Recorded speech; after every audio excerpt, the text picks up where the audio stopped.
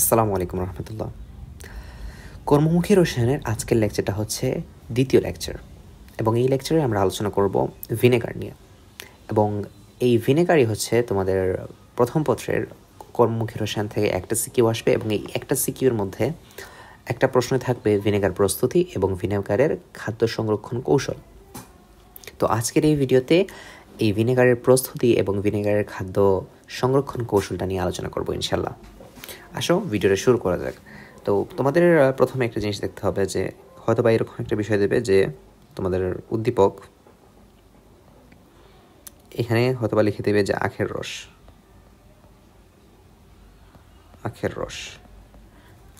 এবং আখের রস থেকে দিবে এখানে ভিনেগার এবং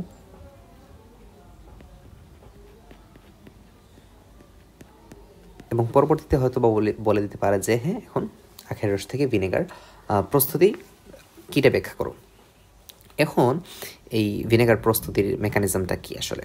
তো প্রথমেই আমাদের হচ্ছে যে কিছু বাংলা শব্দটব্দ লিখে দিতে হবে যে প্রথমে আমরা আখের রসগুলো পৃথক করবো, আখগুলা ধুয়ে নিব, তারপর হচ্ছে আখের রসটা মানে আলাদা করে নিব, আখ তো চিনো, ইক্ষু যেটাকে বলে, ওই আখগুলা আলাদা করে নিব, তারপর হচ্ছে ওইখান থেকে আখের রসটা সংগ্রহ করব এবং এই আখের রসটা ভালো করে জাল দিয়ে নিব এবং সামান্য H2SO4 যুক্ত করে নিব। এটা একটু ব্যাখ্যামূলক, আমি এখানে অবশ্য ব্যাখ্যামূলক যেহেতু তারপরও লিখে দেওয়া ভালো, টাইটেল দিয়ে দিই ভিনেগার প্রস্তুতি। ভিনেগার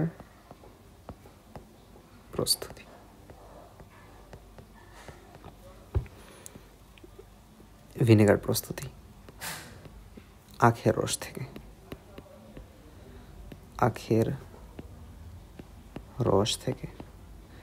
তো আখের রস থেকে ভিনেগার প্রস্তুতি কি করতে হবে আমাদের? প্রথমেই এই যে আখের রস পৃথকীকরণ, আমরা আখের রস পৃথক করে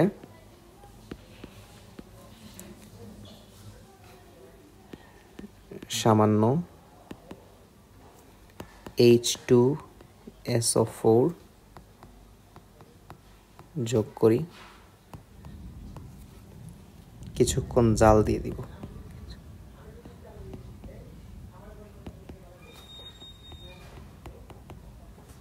জাল দিয়ে নিব।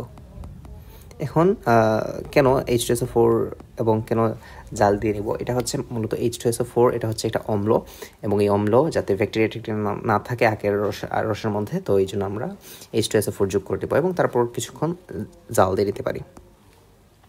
তো জাল দেওয়ার পর এখানে আশা করি অনেক ব্যাকটেরিয়া যেগুলো থাকবে এগুলো সাধারণত কি থাকবে না, ব্যাকটেরিয়াগুলো ধ্বংস হয়ে যাবে এবং পাশাপাশি এখানে কিছু ইস্ট এবং মল্ড যোগ করতে হবে। ইস্ট এবং বাইচে ইস্টই থাক, মল্ড বাদ দাও। ইস্ট যুক্ত করতে হবে।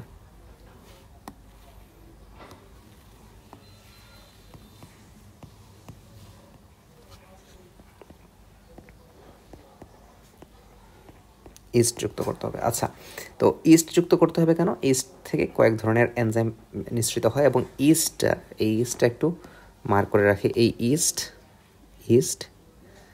এবং H2SO4 এই দুটো জিনিস মার্ক করে রাখি এবং ইস্ট থেকে দুইটা এনজাইম নিঃসৃত হয়, মনে রাখবা। ইস্ট থেকে জামাই নিঃসৃত হয়।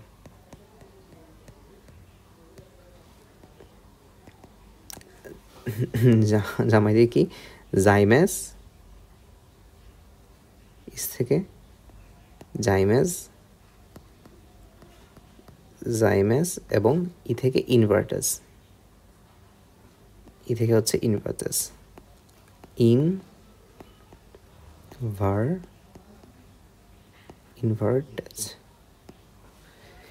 ইস্ট থেকে জামাই নিঃসৃত হয়, এর মধ্যে হচ্ছে জাইমেজ এবং ইনভার্টাস। এই দুইটা খুবই মনে রাখার মতো একটা বিষয়, এই এমসিকিউতে আসবে, ভেরি ভেরি ইম্পর্টেন্ট।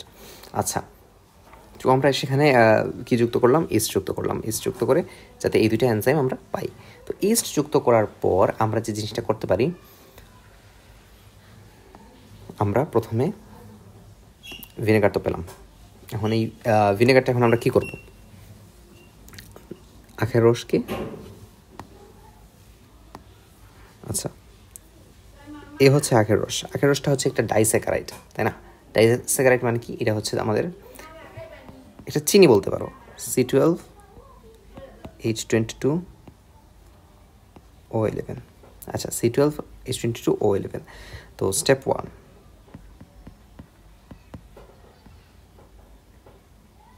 আচ্ছা তার সাথে আমরা পানি যুক্ত করলাম। এই যে আখের রস, এটাই হচ্ছে আমাদের আখের রস। এই যে তুমি যদি না বুঝতে পারো, তোমরা তো জানো যে আখের রস থেকেই চিনি আসে, আর এটা কিন্তু চিনি সংকেত। এটাই হচ্ছে আখের রস।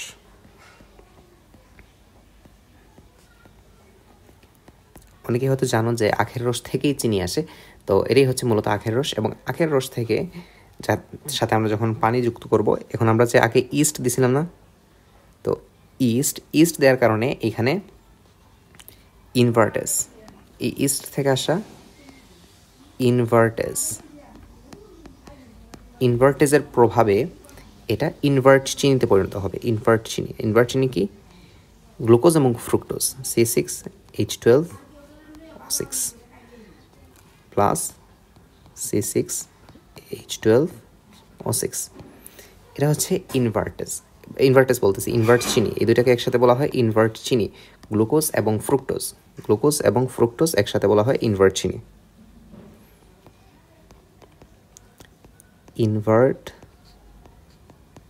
চিনি। আচ্ছা, তাহলে কি হলো? আমরা পেলাম এখানের মধ্যে আখের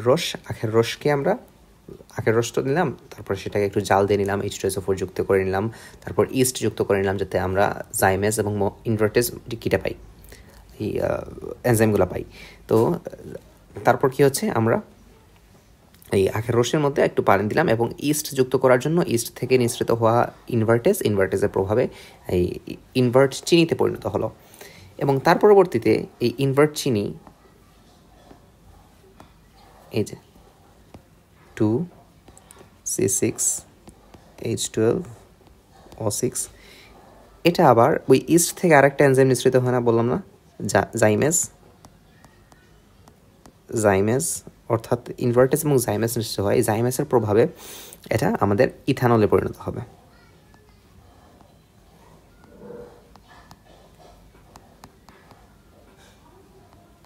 H2OH সাথে কার্বন ডাইঅক্সাইড উৎপন্ন করবে, এটা 4 হবে। আচ্ছা, তো এটা কি হচ্ছে আমাদের, আমি আবার বলি প্রথম স্টেপটা হচ্ছে এই যে আমরা আখের রসের সাথে পানি যুক্ত করলাম, আর আগে দেওয়া হচ্ছে ইস্ট যেহেতু যুক্ত করছিলাম, ইস্ট থেকে নিঃসৃত হওয়া এনজাইম, যার মধ্যে হচ্ছে ইনভার্টেজ এবং জাইমেজ, এবং ইনভার্টেজটা ইনভার্ট চিনিতে কনভার্ট করলো, এবং পরবর্তীতে এই ইনভার্ট চিনিটা, এটা হচ্ছে সেই ইনভার্ট চিনিটা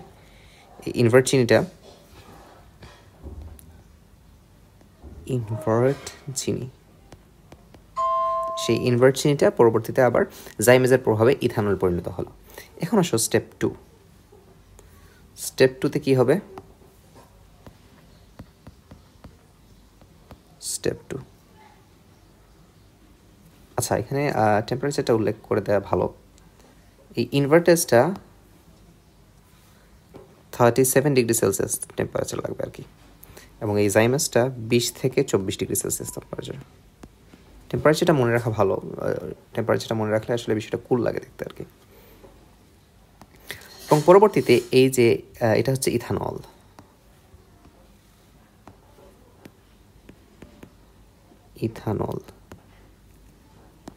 এই যেটা হচ্ছে ইথানল তো আশা করি চিনো। এখন আসো ইথানল থেকে আমরা ইথানোয়িক অ্যাসিড তৈরি করব, এবং ইথানোয়িক অ্যাসিড, আসো এই যে ইথানল C2H5OH, এটাই ইথানল আসলে। তো এই ইথানলের সাথে আমরা যখন অক্সিজেন কি করব, এবং এখানে থাকবে মাইকোডার্মা অ্যাসিটি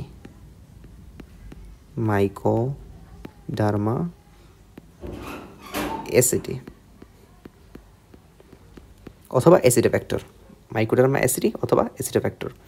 এটার প্রভাবে এখানে উৎপন্ন হবে অ্যাসিডিক অ্যাসিড, জারণ হবে আর কি, CH3 COOH, অর্থাৎ এখানে কি হচ্ছে, জারণ হচ্ছে এবং এই জারণের মাধ্যমে উৎপন্ন হচ্ছে অ্যাসিটিক অ্যাসিড এবং সাথে উৎপন্ন হচ্ছে H2O।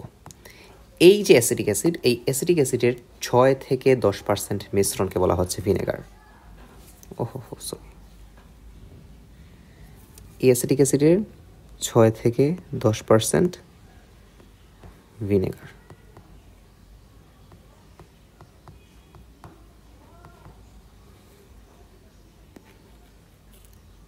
এই অ্যাসিটিক অ্যাসিডের 6-10%কে বলা হচ্ছে ভিনেগার। এটা আশা করি তোমরা সবাই জানো যে ভিনেগার সংজ্ঞাটা তোমরা 9-10-এ পড়ছোই, যে ভিনেগার কি, অ্যাসিটিক অ্যাসিডের 6-10% মিশ্রণকে বলা হচ্ছে ভিনেগার। তো এখন আমাদের ভিনেগার প্রস্তুতি মোটামুটি শেষ। কি হচ্ছে আমাদের, এই আমরা প্রথমে যুক্ত করলাম হচ্ছে এখানের মধ্যে, এই আমরা প্রথমে ইস্ট যুক্ত করলাম। ইস্ট যুক্ত করার ফলে যাতে ইনভার্টেস এবং জাইমেসটা কি হয়, এখানের মধ্যে বৃদ্ধি পায় বলতেছে, নিঃসৃত হয়। তারপর হচ্ছে যে কি আখের রসের সাথে পানি যুক্ত করলে ইস্ট থেকে নিঃসৃত হওয়া ইনভার্টেস থেকে কি আসতেছে, ইনভার্ট চিনি আসতেছে। তারপর হচ্ছে আমরা সেই ইনভার্ট চিনিকে আবার ইস্ট থেকে আসা জাইমেজ, অর্থাৎ ইস্ট থেকে মনে রাখতে হবে জামাই নিঃসৃত হয়। তো জাইমেজের প্রভাবে এটা ইথানলে কনভার্ট হচ্ছে এবং পরবর্তীতে মাইক্রোরামা অ্যাসিডই হচ্ছে ইথানোয়িক অ্যাসিডে পরিণত করছে এবং ইথানোয়িক অ্যাসিড পরবর্তীতে এই ইথানোয়িক অ্যাসিডের 6-10% হচ্ছে ভিনেগার। এই হচ্ছে আমাদের ভিনেগার প্রস্তুতি শেষ। এখন আসো আমরা দেখব হচ্ছে যে কি ভিনেগার কিভাবে খাদ্য সংরক্ষণ করে। আচ্ছা, এখানে একটা জিনিস হয়তো আমি মিস করে গেছি, আমার কাছে মনে হচ্ছে, আচ্ছা হ্যাঁ, সেটা হচ্ছে এই যে ইস্টের পাশাপাশি আমরা এখানে ইস্টের বৃদ্ধির জন্য নোট, এটা এমসিকিউতে আসে অনেক সময়। এই যে ইস্ট তো যুক্ত করলাম আমরা, ইস্ট যুক্ত করলে তো হবে না, ইস্টের বৃদ্ধির জন্য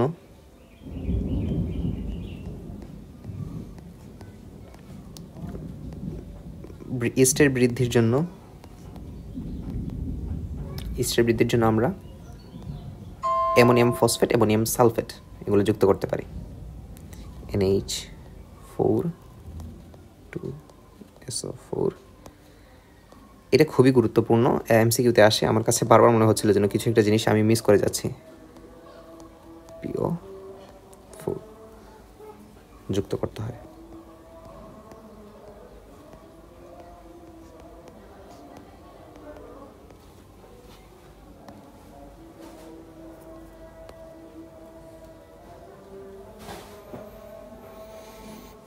আচ্ছা, আজান হচ্ছে, একটু বিরতি দিই। আচ্ছা, এখন আসো আমরা দেখি হচ্ছে যে কি ভিনেগারের খাদ্য সংরক্ষণ কৌশল।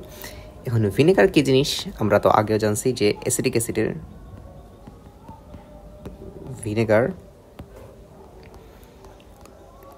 অ্যাসিটিক অ্যাসিড না লিখে একদম এটা চেনার কথা, যে তোমরা সবাই চেনার কথা যে অ্যাসিটিক অ্যাসিড জিনিসটা কি, CH3C+OH এর 6-10% মিশ্রণ বা জলীয় দ্রবণ, যেটাই বলতে পারো। জলীয় দ্রবণ লিখি, 6-10% জলীয় দ্রবণ। আচ্ছা, এই যে অ্যাসিটিক অ্যাসিড যারা তোমরা এই যে রাসায়নিক বিক্রিয়া, রাসায়নিক পরিবর্তনের যে কি পড়ছো, ওদের পড়ছো, তোমরা জানো যে অ্যাসিটিক অ্যাসিডটা হচ্ছে মূলত একটা মৃদু অম্ল, COOH, যেটা জলীয় অবস্থায় গিয়ে বিয়োজিত হয়ে CH3C+O- এবং H+ উৎপন্ন করে। তো এটা হচ্ছে একটা মৃদু অম্ল এবং এই মৃদু অম্লটা অ্যাসিটিক অ্যাসিডের পিএইচটা CH3C+OH এর পিএইচ হচ্ছে আমাদের 4.76। আচ্ছা, এখন এই যে 4.76, গত ক্লাসে আমরা বলছিলাম যে কি ব্যাকটেরিয়া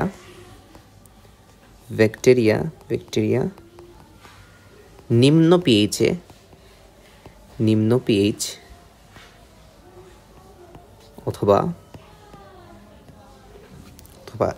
অ্যাসিডিক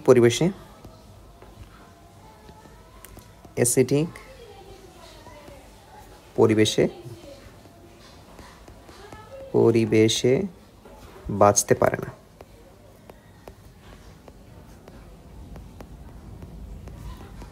এই যে ব্যাকটেরিয়া যেহেতু নিম্ন পিএইচ বা অ্যাসিডিক পরিবেশে বাঁচতে পারে না, এবং ভিনেগারের মেকানিজমটাই হচ্ছে মূলত হচ্ছে একটা মৃদু অ্যাসিডের একটা 6 থেকে 10% জলীয় দ্রবণ। তো ভিনেগার যেহেতু, তাই এই যে CH3 তোমরা একটু গুছিয়ে লিখবা যখন পরীক্ষার হলে লিখবা। তো যেহেতু আমি যদি এখানে গুছিয়ে লিখতে যাই অনেক লম্বা ক্লাস হয়ে যাবে, সেটা তোমাদের জন্য বোঝাটাও কঠিন হবে এবং আমার জন্য শেষ করাটাও কঠিন হবে। সরি, এই যে CH3 C double bond of O minus plus H plus, এবং এই যে জীবিত ব্যাকটেরিয়া, এভাবে লিখে দিবা যে জীবিত bacteria Riya plus H plus equal to মৃত ব্যাকটেরিয়া।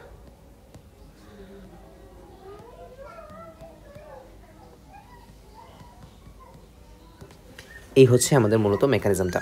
এটা একটু আমি মুখে বলে দিই, তাহলে তোমরা যেহেতু লিখতে গেলে তোমাদের একটু সুন্দর করে গুছিয়ে লিখতে হবে, তাই আমি একটু মুখে বলে দিই।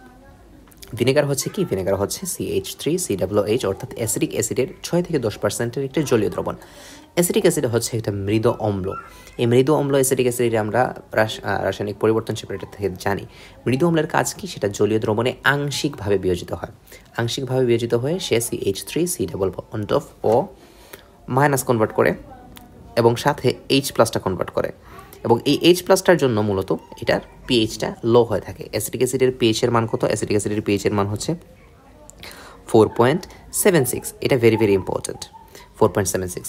তাই ব্যাকটেরিয়া যখন আমি আগের ক্লাসে বলছিলাম যে ব্যাকটেরিয়ার সাধারণত অ্যাসিডিক পরিবেশে বেঁচে থাকতে পারে না, তো যেহেতু ব্যাকটেরিয়া অ্যাসিডিক পরিবেশে বেঁচে থাকতে পারে না, তো সেহেতু আমরা এখানে যুক্ত করছি একটা মৃদু অম্ল, অর্থাৎ অ্যাসিডিক পরিবেশ তৈরি করছি। আর সাধারণত ব্যাকটেরিয়া 4 থেকে 5-এর বেশি যদি পিএইচ হয়, সেক্ষেত্রে সেই পরিবেশে ব্যাকটেরিয়া জন্মায়। এখন আমাদের ভিনেগারের তো পিএইচের মানই হচ্ছে 4.76, যেটা হচ্ছে একটু লো লেভেলের আর কি, নিচের দিকে। এটা একটা অ্যাসিডিক পরিবেশ তৈরি করছে এবং ব্যাকটেরিয়াকে ধ্বংস করে দিচ্ছে। কীভাবে ব্যাকটেরিয়াকে ধ্বংস করছে? এই যে এই জিনিসটা লিখে দিবা যে কীভাবে ব্যাকটেরিয়াকে ধ্বংস করছে। এটা যখন লিখে দিবা তখন তোমার ফাইনালি পুরোপুরি মেকানিজমটা শেষ হয়ে যাবে। তো এই ছিল মোটামুটি আমাদের ভিনেগার প্রস্তুতি। ভিনেগার প্রস্তুতির পর ভিনেগার কীভাবে ব্যাকটেরিয়াকে প্রতিরোধে ভূমিকা পালন করে, এইটার একটা মেকানিজম। এখান থেকে সিকিউ আসবে, আমি আশা করছি ইনশাল্লাহ এখান থেকেই সিকিউ আসবে। একটা সিকিউ আসলে এই অংশ থেকে আসবে। প্রথম অংশ থাকবে এই আমাদের যে বিক্রিয়াগুলো দেখলাম, বিক্রিয়ার মেকানিজমগুলো, এগুলো থেকে, এবং দ্বিতীয় অংশটা আসবে ভিনেগারের খাদ্য সংরক্ষণ কৌশল, বা আর পাশাপাশি অন্য একটা খাদ্য সংরক্ষক দিয়ে তার সাথে তুলনা করতে বলতে পারে। তো এই ছিল আজকের মোটামুটি ভিডিও। তো আর হয়তো বা একটা ক্লাস যাবে ইনশাল্লাহ, এবং সম্পূর্ণ কর্মমুখী রসায়নটা আমাদের ক্লিয়ার হয়ে যাবে এবং আমরা এইচএসসিতে বেশ ভালো করতে পারবো। এখান থেকে এই লাইনটা বেশ গুরুত্ব সহকারে মনে রেখো, এটা খুবই গুরুত্বপূর্ণ। এই লাইনটা বেশ গুরুত্ব সহকারে মনে রেখো।